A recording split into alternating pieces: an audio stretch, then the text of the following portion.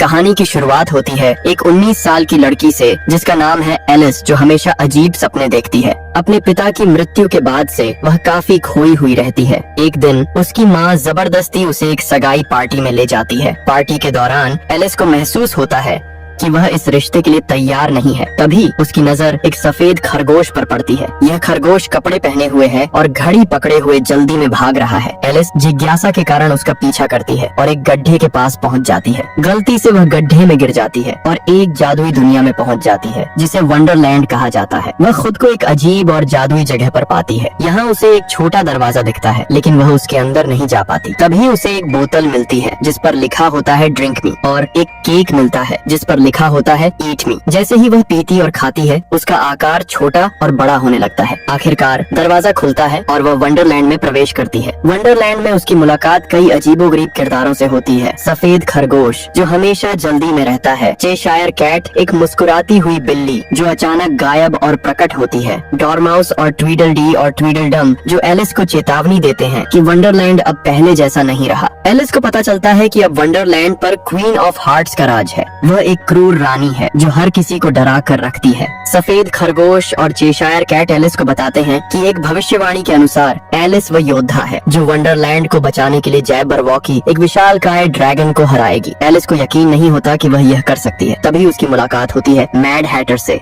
Mad Hatter एक पागल टोपी बनाने वाला जो एलिस का दोस्त बन जाता है। वह एलिस को क्वीन ऑफ हार्ट्स की सच्चाई बताता है और उसे प्रेरित करता है कि वह लड़ाई के लिए तैयार हो। एलिस अपनी पहचान छुपाकर क्वीन ऑफ हार्ट्स के महल में जाती है। वहाँ वह देखती है कि रानी सभी को अपने इशारों पर नचाती है। रानी का सबसे बड़ा डर है कि भविष्यवाणी सच हो जाएगी और एलिस उसे हरा देगी। महल में एलिस को वह तलवार मिलती है जिससे जैबरवॉकी को हराया जा सकता है। धीरे धीरे एलिस को अपनी ताकत और साहस पर भरोसा होने लगता है। आखिरकार वंडरलैंड के सभी निवासियों की मदद से एलिस जैबरवॉकी के खिलाफ युद्ध करती है। वह तलवार से जैबरवॉकी को हराती है। क्वीन ऑफ हार्ट्स को हराने के बाद वंडरलैंड में फिर से शांति लौट आती है। सफेद रानी अब वंडरलैंड की नई शासक बनती है। क्वीन ऑफ हार्ट्स और उसके साथियों को वंडरलैंड से निकाल दिया जाता है। लड़ाई के बाद एलिस को समझ में आता है कि यह सफर केवल वंडरलैंड को बचाने का नहीं था, बल्कि उसके अपने आत्मविश्वास को जगाने का था। वह अपनी असली दुनिया में लौटती है और सगाई के रिश्ते को ठुकराकर अपने जीवन को एक नए तरीके से जीने का फैसला करती है। एलिस इन वंडरलैंड हमें सिखाती है कि हमारी असली ताकत हमारे अंदर होती है। अगर हम खुद पर विश्वास करें तो कोई भी मुश्किल असंभव नहीं होती। क्या आप वंडरलैंड की इस जादुई दुनिया में जाना चाहेंगे? अगर हाँ, तो इस वीडियो को लाइक और शेयर करना न भूलें।